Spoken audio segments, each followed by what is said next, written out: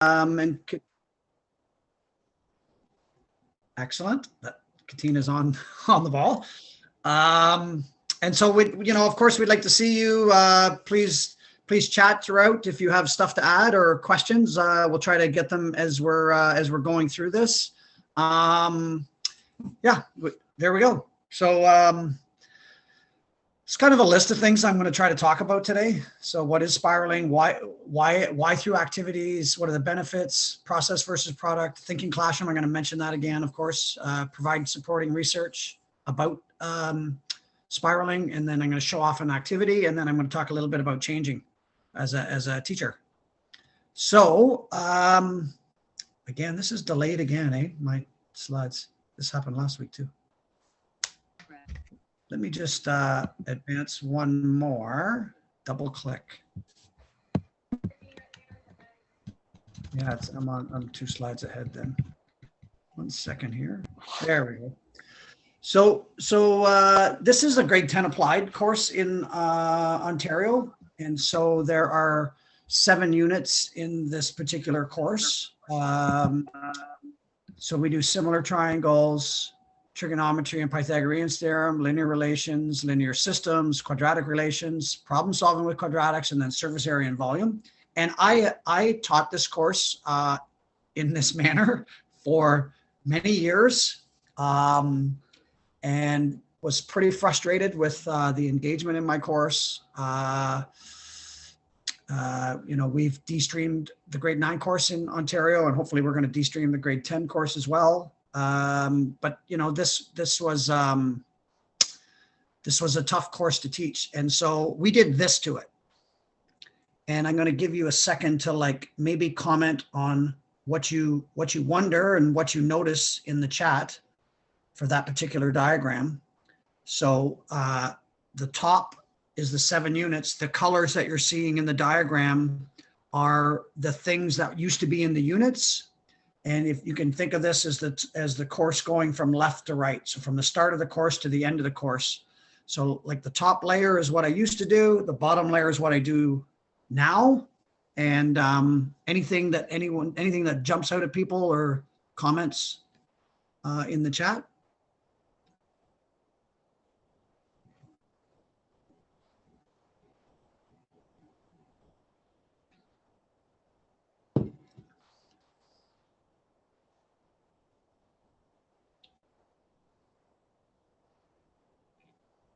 Yes, I can totally explain the diagram one more time. So if I go back a slide, this was me teaching traditionally, right? Teaching with in units, right? So imagine doing similar triangles where you might introduce the idea, talk about why triangles are similar, do some applications, do some problem solving with it, and then you'd give them a test and you'd say goodbye to similar triangles. And then, it was kind of the same for all the units. So this would be from the start of the course to the end of the course. So I would be dealing with 7 units in that particular course over a semester. And this is what we did to it. So what we did to it, so if you look on the left-hand side, those are the overall expectations. So it's hard to read, but it's similar triangles, trigonometry, and sum of squares, surface area and volume are the first 3. And then the next 3 are solving linear. So those are by strands, right? There's really 3 strands in this course. And then the second strand is solving linear equations, characteristics of linear equations, and then systems of linear equations. That's the second strand. So it's kind of all equations. And then the third strand is all quadratics. So really it's unit 1, 2, and 7 is the first strand. Units 3 and 4 is the second strand, and units 5 and 6 is the third strand. And then this is what we did. So when you see A1, you see the little flip for A1 at the top there. That's the first activity we did in the course. And this is the curriculum we got out of it. So for the first activity, we did similar triangles, trigonometry and Pythagorean theorems. We did some linear relations, and we did some characteristics of quadratics. So yeah, it's the idea of spiraling, right? So that first activity that covered 6 of the 9 overall expectations probably took me 2.5 weeks. 3 weeks. I did it through one activity called 26 squares. I don't want to get into the activity because I really want to talk about spiraling, but slowly and surely we would do. So like really we did 5 activities. And then when you see where the blue flipper is, that's our first test.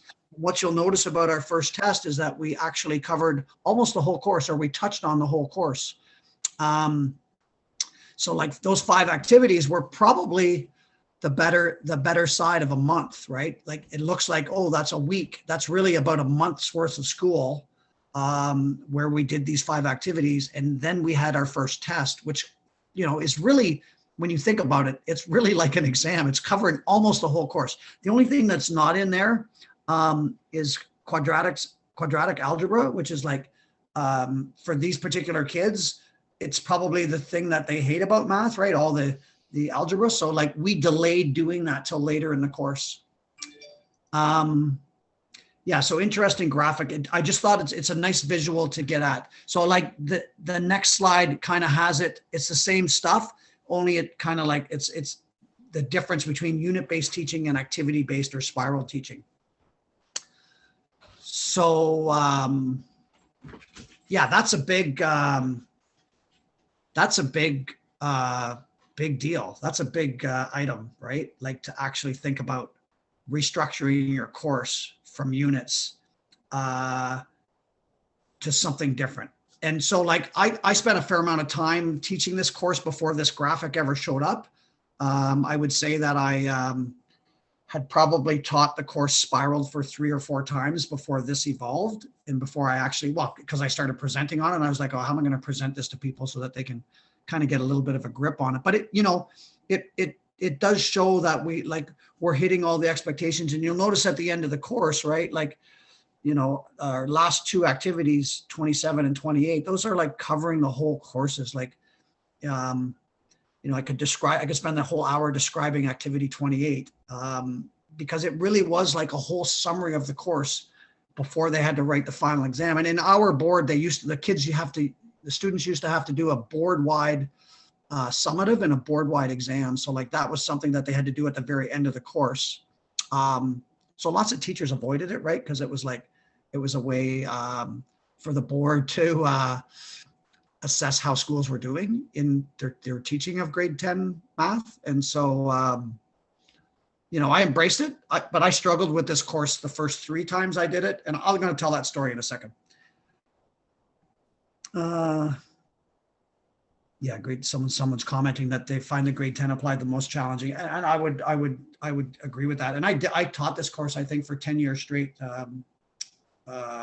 every semester, every section. So I definitely became an expert on it. And I'm teaching the 3C now, not the 10 applied, but it's which is grade 11 college, which is a lot of these kids 1 year older, right? Which I also spiral. So let me just comment on this. This is a lovely sketch note from Alita Clausen, which kind of models like three different ways of looking at how you organize your course. So like along the top row would be like how we typically have taught courses, right? So circles are instruction, and like the taller ones are formal evaluation. So like all the red stuff have the test. All the orange stuff have the test. And so like there's 5 units. So 5 traditional units where you learn everything and write the test. So that's one possible way of organizing your course, right? And then at the end, the kid would have to show you the whole course, right? So like this idea of the final exam at the end where they do everything. And then the next one would be like cumulative testing. So you're still going to teach in units, but on your tests, you're going to have a little bit on the stuff from the unit before, right? So by the time you get to your last unit, you have the stuff in that unit, plus you have a little bit from each of the other units. And then of course the spiraling part, where we're going to do a little bit from every unit. Our test is going to cover everything. A little bit from every unit. Our test is going to cover everything. A little bit from every unit. Our test is going to cover everything. And yeah, so I think that's a nice graphic to like look at three different types of models that you might think about. Yeah. And of course I jumped into the bottom one, right? Completely spiraled courses. So I'll comment a little bit about it. Like I was the department head at my school. I resigned my position because I had young children. This gentleman, Bruce, showed up at my school, and I had been teaching academic courses, and he said, you know, Al, you really should teach the applied level kids. You're a big personality. You know, you're the type of person that those kids need. And so I jumped into it. I did it for 3 semesters with no success. Didn't go well. And at the end of the 3 semesters, like I kind of rubbed my hands and was like, okay, Bruce, I'm done teaching this course now. Like it's someone else's turn. And Bruce, I called him the gentle giant. He rubbed his hands and he looked at me and he said, well, maybe you need to change. And it was like, did he just say that to me? And it was that moment where, okay, so we had a really good opportunity the next semester where we had the grade 10 applieds back to back. And we decided to both teach it. It was in the same room. We both had our spare in the other period. And we just decided that all we were going to do, like I had no idea what spiraling was. We didn't know what spiraling was at the time. In fact, I feel like we almost invented it because all we decided we were going to do was we were just going to like teach through activities. We were just going to come up with stuff that made the kids do mathematics. And the hope was that we would get better engagement. And so like, you know, what a risk. And the way I'll comment on this, like, and I don't mean this in a bad way, but everything I had tried, like we had nothing to lose. We, you know, our kids were writing the board-wide exam and it was blank, right? We weren't getting anything out of them. So like, we had to try something different. So we just thought activities, engagement, like that was our goal. Our goal was engagement. And so we started by just doing activities. And so like the curriculum, so what evolved was, in fact, we called it cycling at the time. We just did activities every day.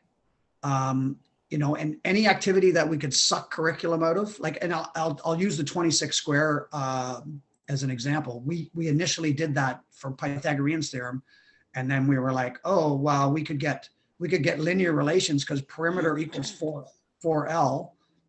We could get quadratics because area equals length squared. We could get similar triangles because we could do families of Pythagorean triples. And then we could say, oh, they all have the same angle. So we could do trigonometry. So like this first activity that we came up with, even though we had designed it for Pythagorean theorem, it ended up generating like, wow, we can do like 6 of the big ideas through this activity. So activities that cover more than one overall expectation were better, but not necessary. So like some activities just cover one part. Other activities covered like multiple things in the course. And we tried to develop skills within the context of the activity. So like, let's say we were doing Barbie bungee. We were going to say, oh, what happens if the elastic is longer? What happened if Barbie's really short? Like we would just ask them questions in relation to the context to get at them developing their skills. So I really like this slide because it really talks to the teaching part of it. With the activity, the types of activities that we do. Like at the start, they're very teacher directed, often very scaffolded. You connect on prior knowledge. And then as you get going through the course and you're doing activities day in, day out, what happens is that eventually these investigations start becoming more complex.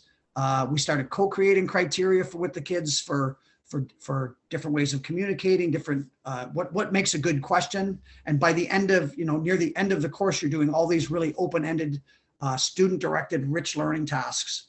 So, like the earlier ones that are scaffolded and a little bit more teacher-directed, throughout those activities, we are uncovering the curriculum. And then once it's out there, then we're giving them an activity that it's their job to figure out which mathematics applies to this particular context. And so like that's a big deal, right? If you're doing a unit on trigonometry and you're doing it for 3 weeks, they know it's trig for 3 weeks, right? When you're doing some problem solving or some tasks and trigonometry comes up and they're like, oh, we did something with angles and side lengths before, and they have to retrieve that information. Turns out that them having to retrieve information and pull it back to the front of their brains and getting it down on paper, like that strengthens the pathway. Turns out that's called learning. So like it's an important thing that you're making kids do. Someone's asking a question here. Do you feel that co-creation would be dependent on grade level?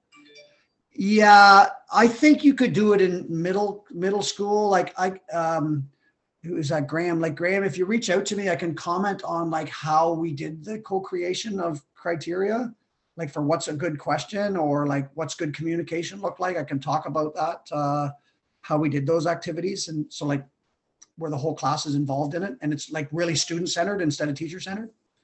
Yeah. So I do feel like it's something that you could do at a lower grade level for sure.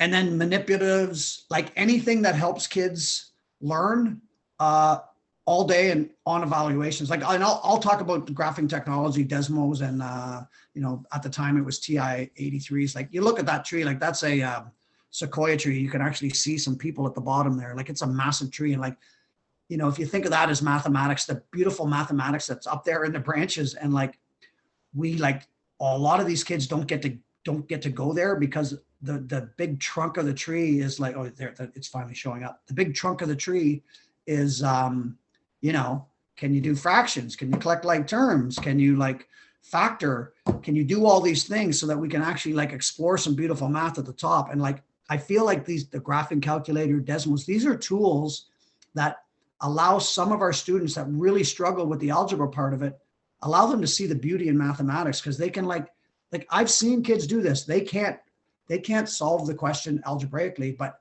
they know how to use the technology and they can tap right where the answer is. Like, oh, that's where the maximum is. Oh, that's how far it's going to go. Like they know what the question means. They know what the answers are. They just can't get it with algebra. So like, I really do feel like we're so caught up in that all the times that sometimes we don't give the kids the tools to get up into the branches and see the beauty of mathematics.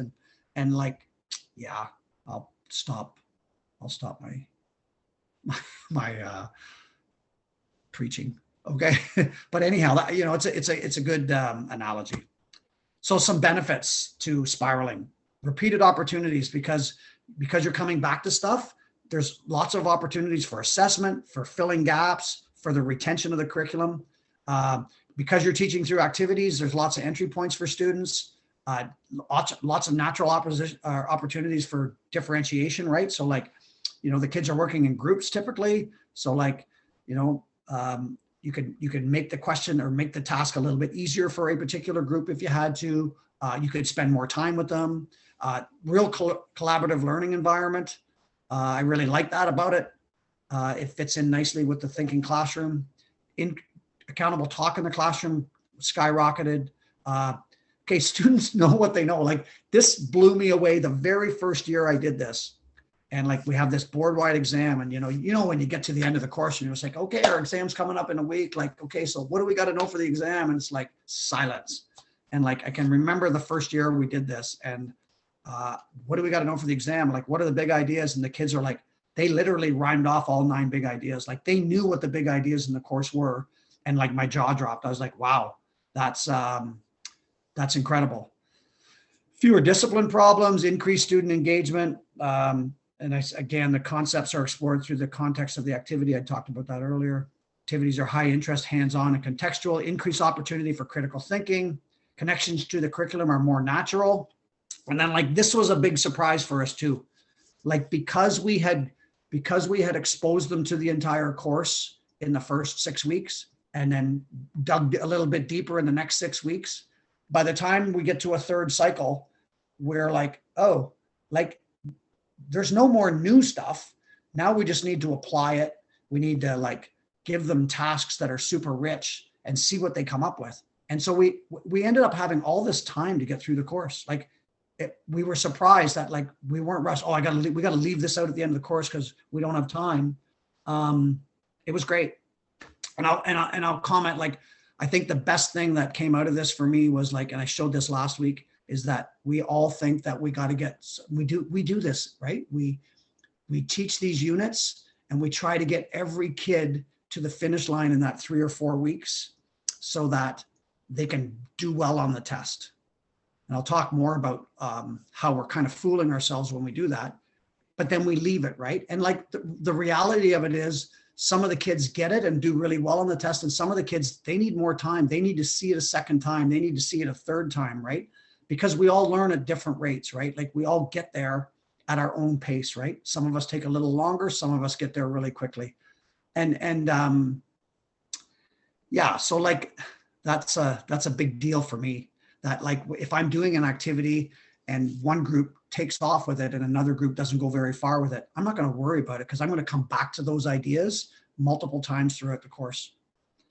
So the big shift, right? Like, and I talked about this last week too, like in Ontario, like these are the front matter of our curriculum documents: problem solving, reasoning, improving, reflecting. Like this is what I'm looking for when I'm doing these activities. Like these are really the things that I want to see. I'm just using the curriculum to see these things, right? Of course, thinking classroom, right? So if you weren't here last week and you don't know about this, I suggest you look this up. Peter Lillehall. This marries very nicely. So like, I'm going to show a video later where I was doing spiraling and activity-based teaching at the time, but I wasn't doing thinking classroom. But thinking classroom is they're standing up working on the walls. And so in the video, you'll see they're working on chart paper, and it is a bit of a different vibe. We were trying hard to spiral at the time and hadn't heard about Peter's work, but it marries in very nicely if you can, just for knowledge mobility, for managing flow of your classroom. And I am doing a talk on flow next week, so you could totally come and listen to that. And I'll talk a little bit about how to manage it all like live in a activity. And that's what it looks like. So this would be a grade 12 class where they're doing whatever part of the curriculum we're working on at that particular time. But they're all like up working, communicating, working in groups at whiteboards. So that's the thinking classroom part of it. Blank screen for us, it's coming. Whenever there's a picture in them, they see, there we go. Whenever there's a picture in it, it comes pretty slow. But that's what my classroom looks like on a daily basis. And honestly, I'm 5 to 7 minutes before they're up working on the boards.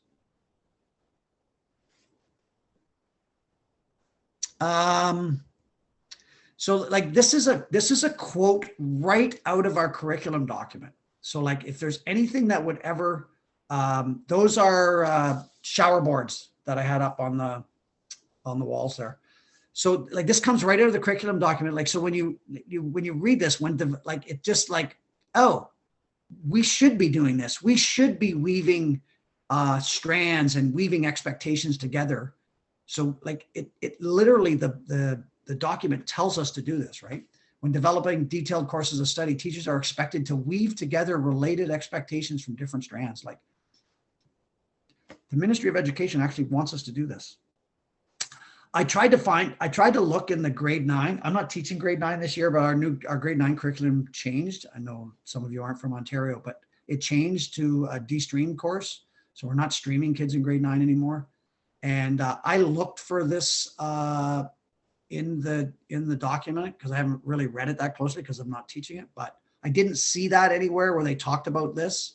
There's a lot of front matter in that document. I did read through some of it, but I didn't actually see the word where you would weave together expectations. I don't know if anybody out there has seen that or not, but I just think it's good teaching, right?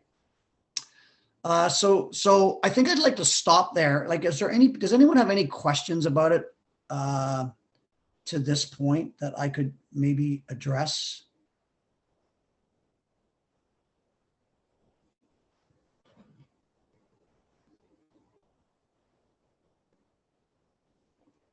So,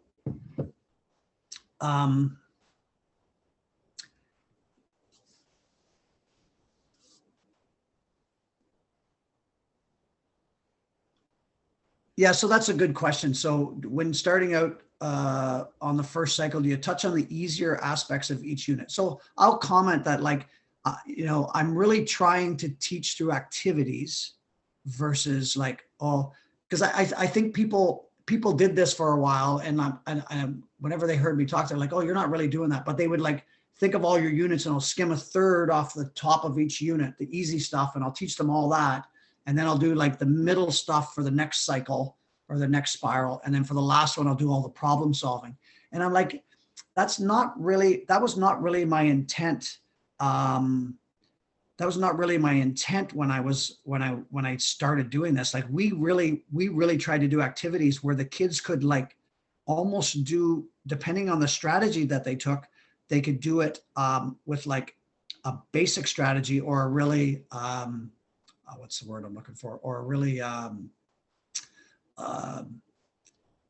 souped up strategy, right? Like something that's like maybe how we would do it algebraically. So like the idea was that we were doing activities that had a really high ceiling on them all the time, so that kids could go go wherever with them.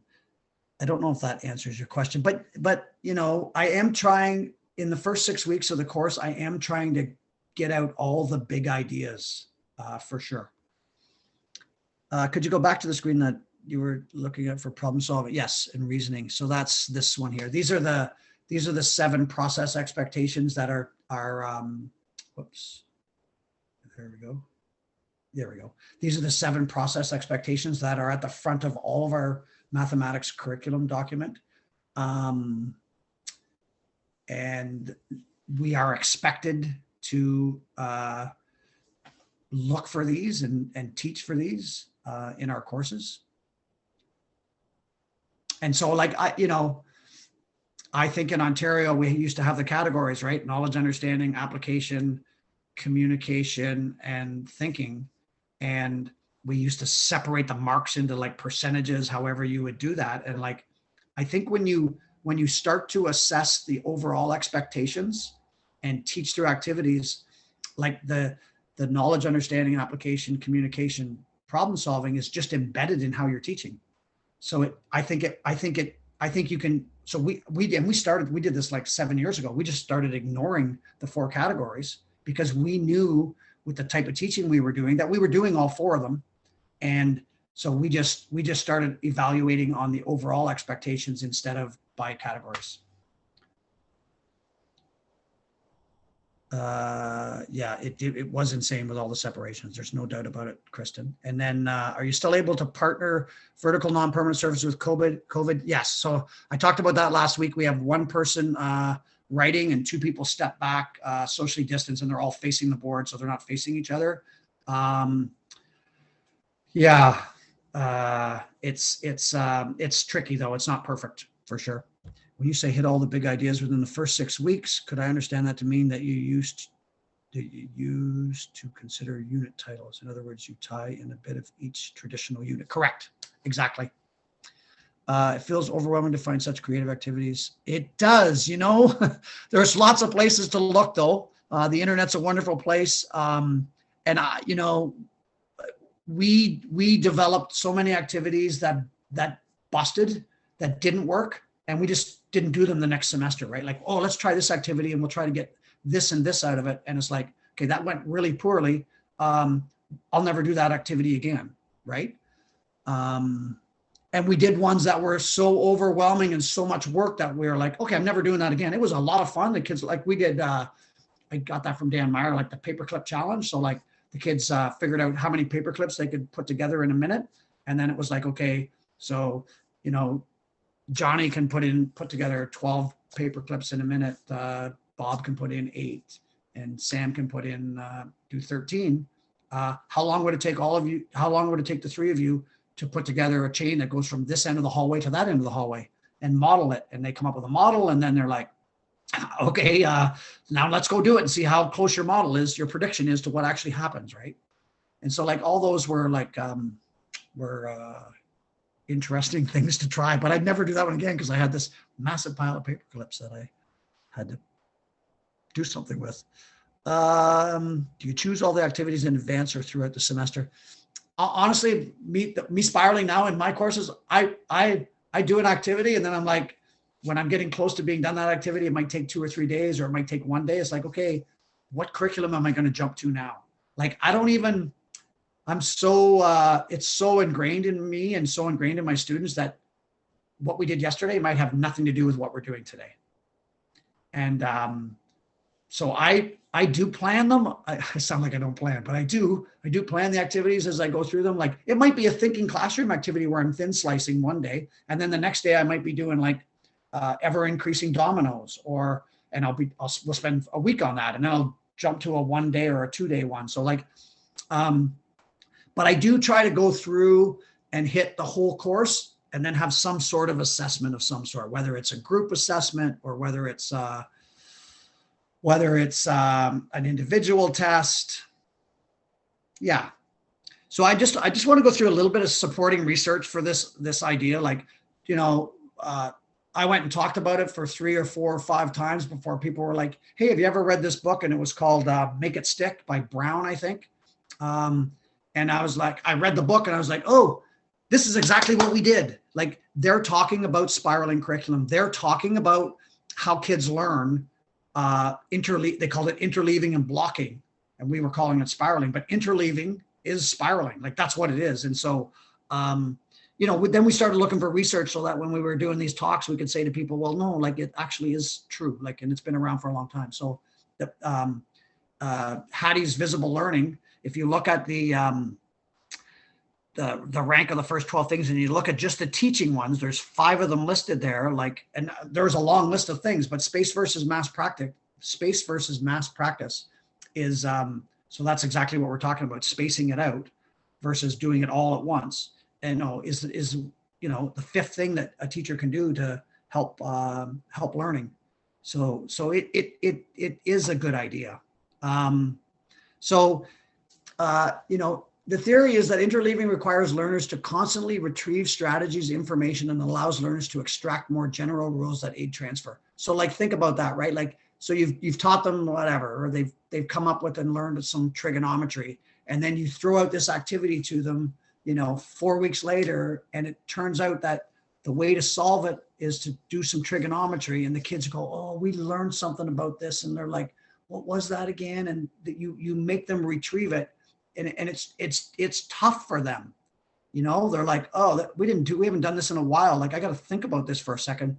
And like Bjork, who's like one of the leading guys that started talking about this, you know, called it desirable difficulties. Like, you know, so think about that. It's really productive struggle, isn't it? Right? Like, that's what he's talking about there. Here's another one. So grade 7 students received blocked or interleave practiced over a 9-week period, followed 2 weeks later by an unannounced test. The mean test scores by interleaved were 72% and blocked was 38. So you blocked it, they learned it, and then you interleaved it. So you did it regularly over the time, and then you gave them a test 9 weeks after all of that, and the interleaved people did better. You know, so when I hear things like that, I think about all those years of my teaching where I did unit teaching, and I you know, the kids would like cram for these tests that I gave them, and they would do okay. They would feel okay about themselves. I would feel okay about myself. It's like, oh, my students are learning. But then at the end of the course, when you asked them about it, they had no idea what they were learning. They didn't remember any of it. All they were doing was cramming. And so, you know, it's that leaving it, coming back to it, leaving it, coming back to it. Like, that's how it ends up sticking in your brain. Here's another this one is quite interesting. College students learned how to calculate the volumes of 4 obscure geometric solids: a wedge, a spheroid, a spherical cone, and a half cone. So here's the practice performance. The mixers, so those are the interleavers, and the blockers. So the blockers did way better in the practicing. So you can imagine the blockers, right? They're learning how to do it, and then they're practicing it right then and there. But the mixers are like learning a bit, practicing it, learning a bit, practicing it, learning a bit, practicing a bit. But then when they did a test, the mixers outperformed the blockers.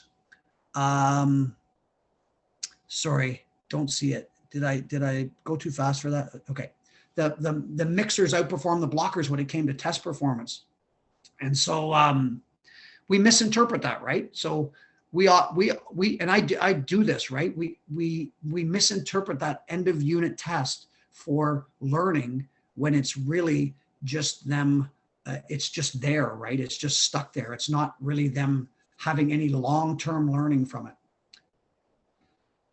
So that's often misinterpreted, right? And I was guilty of this forever. And then so they do this experiment, right? And then they ask the students, so which the students were asked which worked better for them, blocking or interleaving. And so 80% of the interleaving students who just outperformed the blocking students said they learned better with blocking. Even though they outperformed 80% of them, or sorry, they outperformed them, right? They outperformed the blockers. And like a lot of them are saying, oh, I'd rather do blocking. So why is that, right? Because for them, it's easier. There's no struggle, right? We're doing trig. I'm doing it for this long. And then I'll write the test and then I'll forget about it. And I'm not convinced that that's learning, right? So that's a very interesting thing. And I'll say that I see that all the time. I'll survey kids at the end of the course and say, okay, so we spiraled this course and we jumped around from topic to topic and topic. What are your thoughts about? Oh, I'd much rather have learned in units. Even though at the end of the course, they really did great. They knew the course, they knew it inside out. They knew all the big ideas in the course, but oh yeah, I'd rather learn by blocks because you made me think every day, right? Yeah, so this is an activity that I did called open strategy cup stacking, and this is a Dan Meyer one, right? Like how many cups to reach the height of Mr. Overwick. And I lesson studied this with some colleagues, and we did this, and it was cross curricular. So there were like history teachers and like science teachers. And like the first thing they said to me when I said, okay, this is the activity I'd like us to lesson study, and we can look at student learning and see how it goes, and we'll try some different strategies in it. And they were like, well, why are you telling them how to stack them? Like, why are you saying you got to put the cups inside of each other to stack them? Like I was trying to get at y equals mx plus b, right? So like the starting height plus the little bit for each cup, right? And they're like, why are you telling them? Why don't we just let them stack them however they want? And I was like, oh, okay. You want to do that? Let's see what happens. And so we did this whole lesson study, and I'll talk more about that in a bit if there's a little bit of time left. But this is a video that I'm going to share with you, I hope, if this works.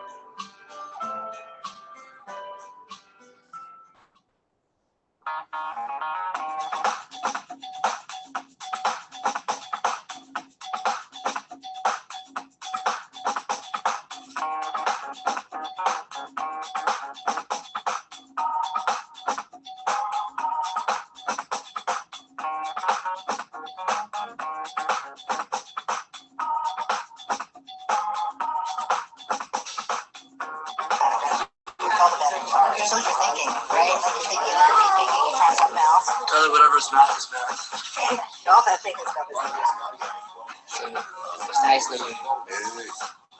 Sí, está diciendo. ¿Qué vas a perder, pinche?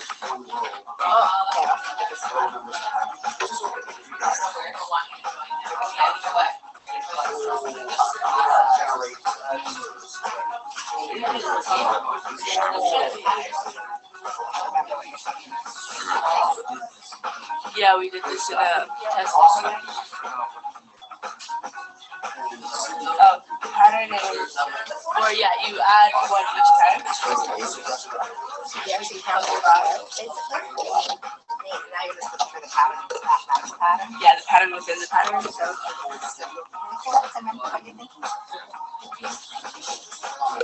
And then once you're done, once you stack your cups off, put the markers away, put the graphic calculators away in order, please. Everyone's got a pencil in their hand or pen. Okay, here's what I want you to do. I just got an exit card for you. I've a couple of questions on here. I want you to read them and I want you to give me a detailed answer. I want your thoughts, not someone else's. Put your name on it too, okay? I want to know what type of say.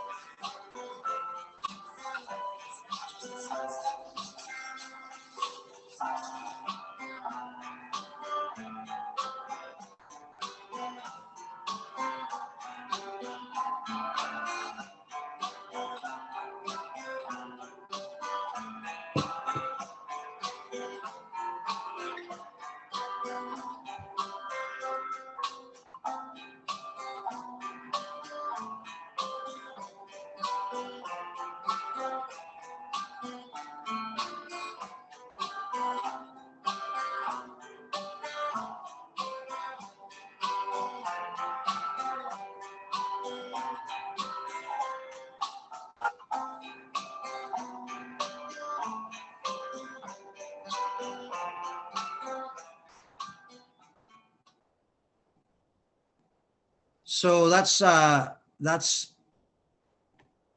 whoops, what's going on here? That's you know, kudos to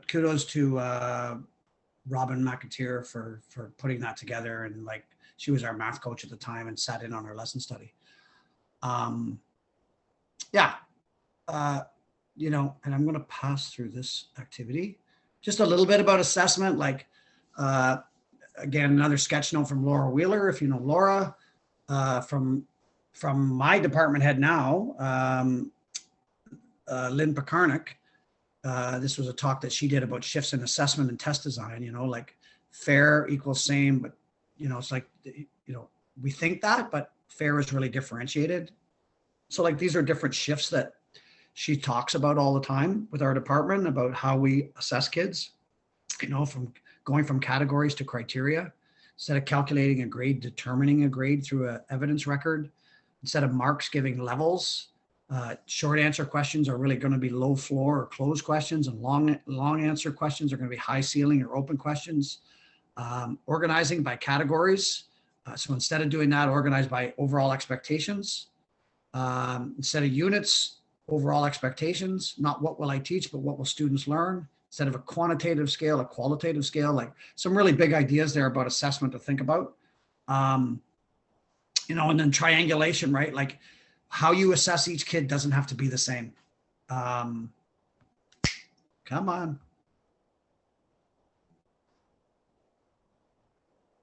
Every time I have a screenshot, it's really slow. There we go. So triangulation of data, right? So like you can see here that we're seeing 3 different students evaluated 3 different ways, depending on who that student is, right? And again, Alita Clausen with the sketch note. So like I think these are all important things that we have to think about as teachers. So like, how do you change? And if you were here last week, I think you got to just jump into it, pick a course, spiral it, give it a go, find someone to do it with for sure. If you could talk your principal into letting you do some lesson studies and like try some different things. Lesson study changed me. Like I was lucky enough, I did it for 4 years, half a day a week for 4 entire years in a cross-curricular group. It was the most amazing experience in my teaching career. I don't know if Tata was here or not, but she was part of that. And I would recommend you give that a try if you can. There's my group on a particular year for our lesson study. And you can see us looking at student work that they put on the whiteboards, these portable whiteboards. I shared this last week. If you want your classroom to be different, make a massive change, right? Because what happens is like, oh, we'll just change 10%, or I'll just try this. Like, and you end up being exactly like you were because you get tired and you don't do it. Just life wears you down, right? So like this idea of making a massive change, and then even if you go back a little bit, it'll still be really different at the end. I did try to answer questions as we went. If there's any more, I'll gladly take them. I'm finishing right at 7:55. It's like I timed this and I didn't. And I really want to thank everyone for coming. I will try to answer any of your questions about spiraling. You can contact me through my email or my Twitter. And I think that this is really good for students. Like I'll think of all those years I taught by units and taught, lecturing. 2/3 to 3/4 of my kids got it, but I left a quarter of it. I left a quarter of them in the dust, and I feel like now I teach for every kid in my classroom. And I feel like I connect with every kid in my classroom, and it's all because of doing it differently. So Katina's put in the thing for the draw. So if you want to fill that form in, I'm going to jump here as well and put in the survey, the link for the survey, which I think is here. Oops, I jumped to the survey. Give me a second.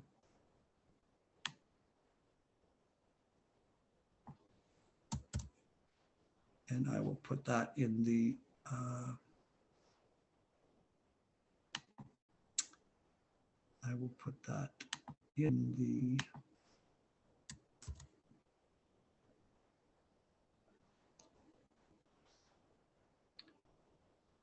in the chat. I'm just going to click on that, make sure that worked. Yeah. Okay.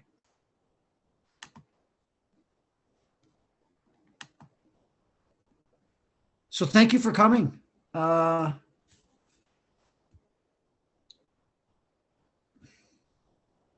Twitter handle, yeah. So it's at Alex over here. I'll put it in the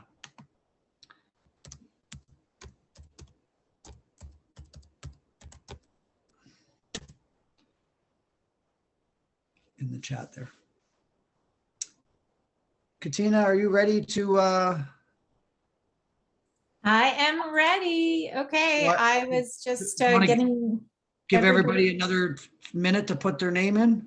I think I have almost everybody here, so You that's do, awesome. fantastic. You're all set to go. I have about 16 people that are in there, so that's really cool.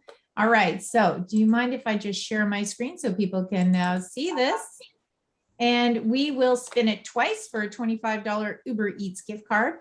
Here we go. Who's a lucky winner and get some dinner tonight? Hi, Joanne. Maybe for tomorrow. Hi, Al. How's it going? Good. How are you? Okay, Good. Kirsten Bayers. Awesome. Okay, so Kristen Bayers, and one more time, let's do it. Oh, someone got it. Kristen got in twice. Little probability question there, Kirsten, sorry. Laura Cronshaw. Okay, so those are our 2 winners for tonight. Congratulations. We're going to be sending you an email that has a digital Uber Eats gift card. So thanks for playing along. Really appreciate you being here tonight. Thanks to our wonderful presenter about spiraling math. And next week, Alex will be presenting about flow. So please do come back and join us again, and lots of other sessions available to you folks as well. So thank you, everyone. And we really appreciate your time and energy. Thanks all. Okay, thanks everyone for coming. Oh, look at that. There's people sharing stuff. That's awesome. So Math 1W, oh, on the internet. Nice. Okay. Oh, Tatao, you were there. Awesome. Oh, cool.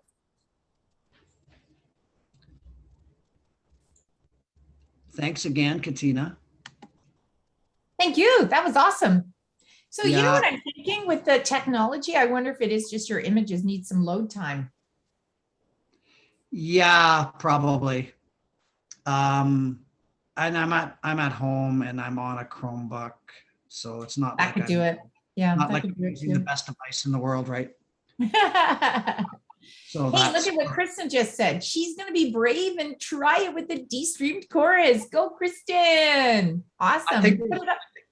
Kristen, I think there's lots of people in Ontario that are doing that, are spiraling and trying to do it through a thinking classroom model. So I think there's lots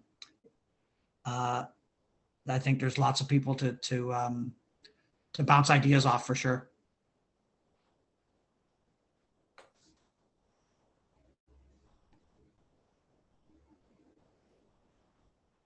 Yeah, I kind of wish I was teaching the D-Stream this year. I would have liked to have jumped in and tried to come up with a good sequence of activities to spiral that course. Would have been a fun thing to do, but I didn't get included. Hmm. It's okay. I got lots of stuff to work on.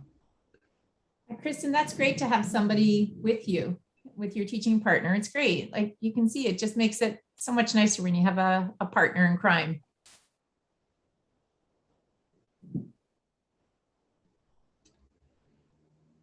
Michael, so you're in the Okay. USA? Yeah, that's I presented this down in the States before. I presented it in California and in Oklahoma and in Boston, this idea of spiraling. So like, I know that there are people out there that took it to heart and gave it a go. I don't know that course particularly well, but I don't know where you find those people.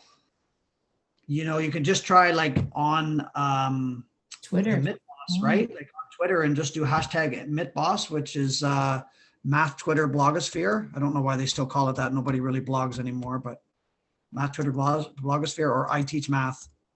I'll just throw that in the chat there. So that might be, you could reach out on Twitter and see if anybody bites. You might find someone who has a plan, who's willing to share it with you and conference with you. I do find the internet's an amazing place. You can chat with anybody from all over. If you throw out an idea like, hey, you want to meet and talk about that? And they're like, sure.